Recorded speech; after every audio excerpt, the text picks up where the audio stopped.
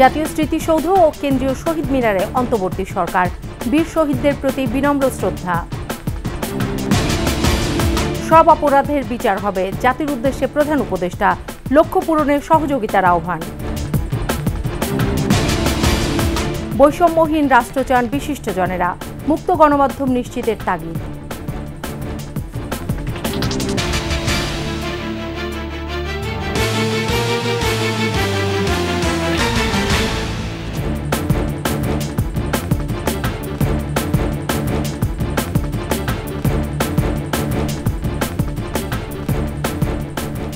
শুনছিলেন first security ইসলামী bank PLC সংবাদ শিরোনাম। আমন্ত্রণ দুপুরের 21 সংবাদে, সাথে আছি আমি সোনিয়া স্নিগ্ধা। দর্শক, 21 টেলিভিশনের সংবাদ একই সাথে সরাসরি দেখতে পাবেন আমাদের ফেসবুক পেজ www.facebook.com/2124 অনলাইনে। জাতীয় স্মৃতিসৌধে মুক্তিযুদ্ধের বীর শহীদদের প্রতি শ্রদ্ধা জানিয়েছেন অন্তর্বর্তী সরকারের প্রধান উপদেষ্টা ডক্টর মোহাম্মদ ইউনূস ও অন্যান্য উপদেষ্টারা। এ সময় কিছুক্ষণ নীরবে দাঁড়িয়ে থাকেন তারা। পরে কেন্দ্রীয় শহীদ মিনারে এসে শ্রদ্ধা জানান মহান ভাষা আন্দোলনের শহীদদের প্রতি। বিস্তারিত জানাচ্ছেন প্রণব চক্রবর্তী। হেলিকপ্টারে শুক্রবার সকালে সাভারে জাতীয় স্মৃতিসৌধে এসে পৌঁছান অন্তর্বর্তীকালীন সরকারের প্রধান উপদেষ্টা ডক্টর মোহাম্মদ ইউনূস ও অন্যান্য উপদেষ্টারা।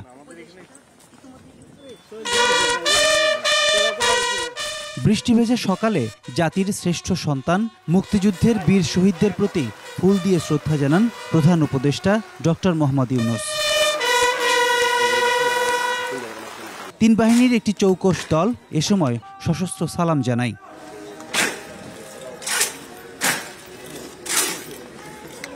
এরপর 13 উপদেষ্টাকে সঙ্গে নিয়ে শ্রদ্ধা নিবেদন করেন প্রধান উপদেষ্টা। পরে স্বাক্ষর বইয়ে নিজের অভিব্যক্তিটুকু লিখে রাখেন অন্তর্বর্তী সরকারের প্রধান। সাভার থেকে অন্তর্বর্তীকালীন সরকারের প্রধান এবং অন্য উপদেষ্টারা আসেন কেন্দ্রীয় শহীদ মিনারে। শুরুতেই ভাষা শহীদদের প্রতি শ্রদ্ধা জানান প্রধান উপদেষ্টা ডক্টর মোহাম্মদ ইউনূস। এরপর অন্য উপদেষ্টাদের নিয়ে আবারও শ্রদ্ধা জানান প্রধান উপদেষ্টা। প্রণব চক্রবর্তী, 21 টেলিভিশন, ঢাকা। অন্তর্বর্তী সরকারের প্রধান উপদেষ্টা অধ্যাপক ডক্টর মোহাম্মদ ইউনূস বলেছেন, সরকারি প্রতিষ্ঠান দিয়ে স্বৈরাচারী সরকার নিজেদের ক্ষমতা কুক্ষিগত করে রেখেছিল।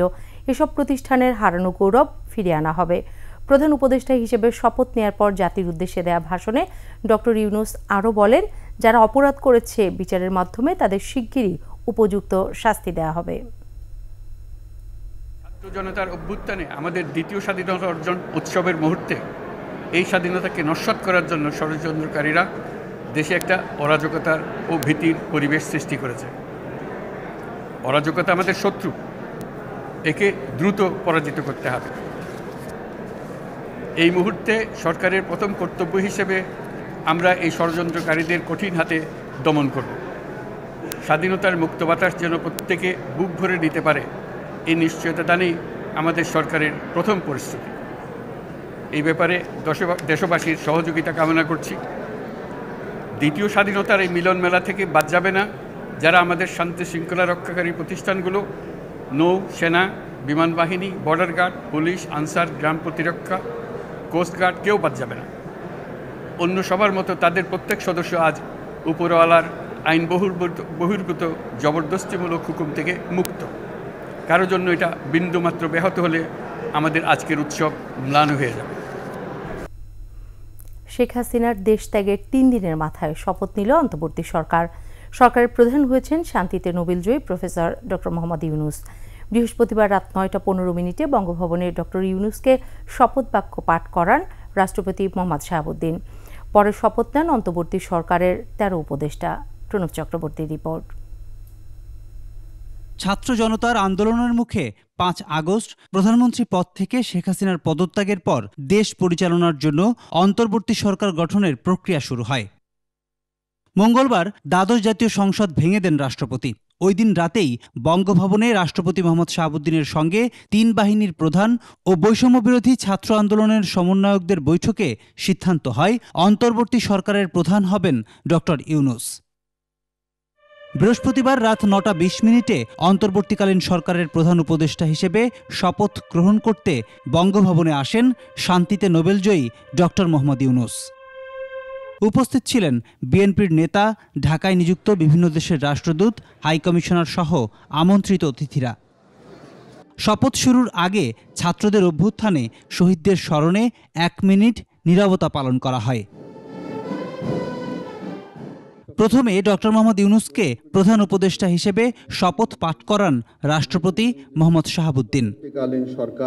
পরে অন্তর্বর্তীকালীন সরকারের উপদেষ্টা হিসেবে বাংলাদেশ ব্যাংকের সাবেক গভর্নর ডক্টর সালেউদ্দিন আহমেদ, সাবেক নির্বাচন কমিশনার অবসরপ্রাপ্ত brigadier general M Sakhawat Hossain, Dhaka বিশ্ববিদ্যালয়ের অধ্যাপক ডক্টর আসিফ নজরুল, মানবাধিকার কর্মী আদিলুর রহমান খান, সাবেক তত্ত্বাবধায়ক সরকারের উপদেষ্টা হাসান আরিফ, সাবেক পররাষ্ট্র সচিব তৌহিদ হোসেন, পরিবেশ আইনবিদ সৈয়দা রেজওয়ানা হাসান শপথ পাঠ করেন।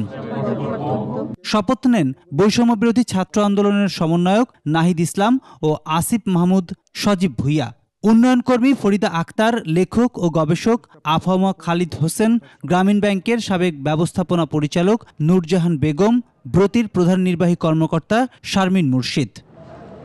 ঢাকায় না থাকায় শপথ অনুষ্ঠানে উপস্থিত ছিলেন না 3 উপদেষ্টা বিধান রঞ্জন রায়, ফারুকি আজম ও সুপ্রদীপ চাকমা। পরিবর্তিত পরিস্থিতিতে দায়িত্ব নিল নতুন সরকার। এই সরকারের সামনে চ্যালেঞ্জ অনেক। এই চ্যালেঞ্জ মোকাবেলা করে বাংলাদেশকে বহির্বিশ্বে কতটা উন্নত দেখাতে পারে সেটিই হচ্ছে দেখার বিষয়। প্রণব চক্রবর্তী, 21 টেলিভিশন, বঙ্গভবন, ঢাকা। বৈষম্য বিরোধী ছাত্র আন্দোলন ও ছাত্র জনতার গণ অভ্যুত্থানে নতুন বাংলাদেশের যাত্রা। আগামীর দেশ হবে বৈষম্যমুক্ত, অসাম্প্রদায়িক চেতনার, থাকবে বাক স্বাধীনতা।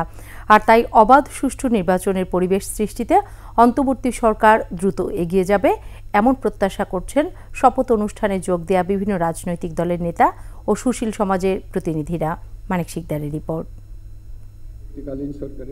ইতিহাসের এক নব অধ্যায়ের যাত্রা শুরু হলো অন্তর্বর্তী সরকারের শপথ গ্রহণের মধ্য দিয়ে। সন্ধ্যা থেকে বঙ্গভবনে একে একে প্রবেশ করতে থাকেন বিভিন্ন রাজনৈতিক নেতৃবৃন্দ, বিদেশি কূটনৈতিক, ব্যবসায়ী ও সুশীল সমাজের প্রতিনিধিরা। প্রবেশপথেই অনেকে তুলে ধরেন তাদের মতামত। জনগণের মানুষ কি চায়, সেই মানুষের প্রত্যাশাটা যেন পূরণ করতে পারে। সুষ্ঠু নির্বাচন চাই, গণতান্ত্রিক, গণতন্ত্র না হলে, রাজনীতি না হলে পরে দেশ শক্তিশালী হয় না। আলো ঝলমলে বঙ্গভবনে প্রায় 1200 অতিথিকে আমন্ত্রণ জানানো হয়। আওয়ামী লীগ ছাড়া প্রায় সব রাজনৈতিক দলের প্রতিনিধিরা উপস্থিত ছিলেন। এ সময় অন্তর্বর্তীকালীন সরকারের কাছে তুলে ধরেন তাদের প্রত্যাশা। আইন শৃঙ্খলা অবধি খুন যখন রাজনীতি সবই জানেন যা যা হচ্ছে, ইমিডিয়েটলি এদেরকে একটা অ্যাড্রেস করতে হবে, to straighten up administration, police, bureaucracy, military, everything. তারা একটি সুন্দর সুষ্ঠুভাবে একটি নির্বাচন করার মধ্য দিয়ে একটি গণতান্ত্রিক সরকার প্রতিষ্ঠা করবে। অর্থনৈতিক উন্নয়নের পাশাপাশি মানবিক রাষ্ট্র গড়ে তোলার তাগিদ অভিজ্ঞ রাজনীতিবিদদের। একটি সমাজ গঠন হবে বৈষম্যমুক্ত, ন্যায় বিচার ভিত্তিক সমাজ ব্যবস্থা, যেখানে আইনের শাসন থাকবে, গণতান্ত্রিক শাসন ব্যবস্থা থাকবে। আমরা আগামীতে এই ধরনের কোনো দুঃখজনক পরিস্থিতির সৃষ্টি হোক সেটি চাই না। আমরা চাইব যে আমরা সকলেই যেন এখান থেকে শিক্ষা নিয়ে মানুষের উপরে সুবিচারটা করতে পারি। গণমাধ্যম ও বাক স্বাধীনতা রক্ষায় নতুন এ সরকার তাৎপর্যপূর্ণ ভূমিকার তাগিদ দেন সুশীল সমাজের প্রতিনিধিরা। মুক্ত চিন্তা, মুক্তভাবে কথা বলা, মুক্ত স্বাধীনতা। এখন মিডিয়ার যারা সংবাদ কর্মী বা সংবাদের সাথে সংশ্লিষ্ট প্রত্যেকের যে তারাও তো প্রেশারে ছিল, ঠিকমতো কাজ করতে পারে নাই। এখন সেই সুযোগটা এসেছে এবং আমি বিশ্বাস করি তারা সকলে সবাই একসাথে কাজ করবে।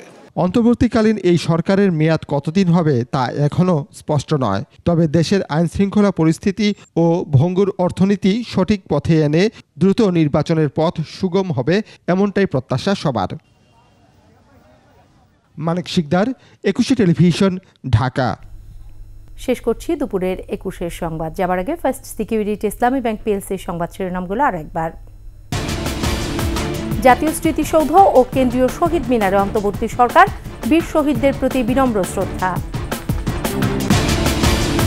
সব অপরাধের বিচার হবে, জাতির উদ্দেশ্যে প্রধান উপদেষ্টা, লক্ষ্য পূরণে সহযোগিতার আহ্বান।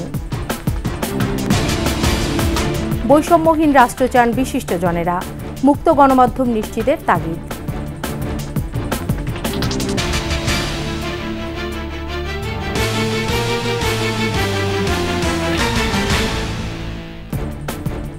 সর্বশেষ সংবাদ জানতে ডায়াল করুন 2021 নম্বরে, আর ভিজিট করুন ekushe-tv.com ওয়েবসাইটে। এছাড়া ফেসবুকে ভিজিট করতে পারেন www.facebook.com/ekushe24 অনলাইনে। এতক্ষণ সাথে থাকার জন্য ধন্যবাদ। পরবর্তী সংবাদ বিকাল 2টা 55 মিনিটে দেখার আমন্ত্রণ রইল। একুশের সাথেই থাকুন।